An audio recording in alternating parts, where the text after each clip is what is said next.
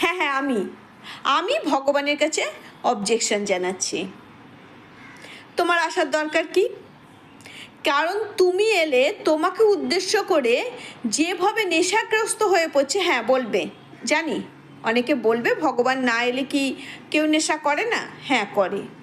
কিন্তু ভগবান নিচে যখন আসে, অক্টোবর মাস থেকে শুরু হয়েছে, যেভাবে বাচ্চা বাচ্চা ছেলে মেয়েগুলো ক্রমান্বয়ে নেশাগ্রস্ত হয়ে পড়ছে, সেইটা দেখে বলছি ভগবানকে, তোমার এত আসার দরকার কি?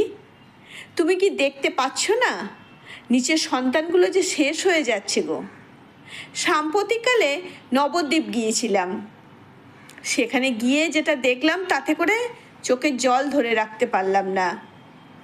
জানো, সমস্ত রকম দেবদেবতা রয়েছে, খুব আনন্দ উৎসব হচ্ছে, কিন্তু সেই উৎসবের এক এবং একমাত্র লক্ষ্য হলো নেশা। কিভাবে নেশা করছে! আমার সামনে দিয়ে একটা ছেলে, খুব অল্প বয়সী, যেন কিভাবে হেঁটে যেতে পারছে না, আর তার বাবাটা বীভৎসভাবে ওই ভিড়ের মধ্যে দৌড়ে দৌড়ে ছেলেটাকে ধরতে যাচ্ছে, ছেলেটাকে বুকের মধ্যে আগলে নিয়ে বলছে, মনে হয় বলছে বাড়ি চো বাবা। কিন্তু জানো, ছেলেটা বাবার সামনে ধাম করে পড়ে গেল। বলতে পারো, যখন ছোট থাকে বাচ্চারা পড়ে গেলে বাবা মা আটকে ওঠে, কারণ তখন তার পায়ে সেই জোরটা থাকতো না। কিন্তু এখন তো তার পায়ের জোর রয়েছে, কিন্তু ঈশ্বরের নামে সেই পায়ের জোরটা তো গেছে গো। সেই সব থেকে খারাপ লাগে কোথায় জানো?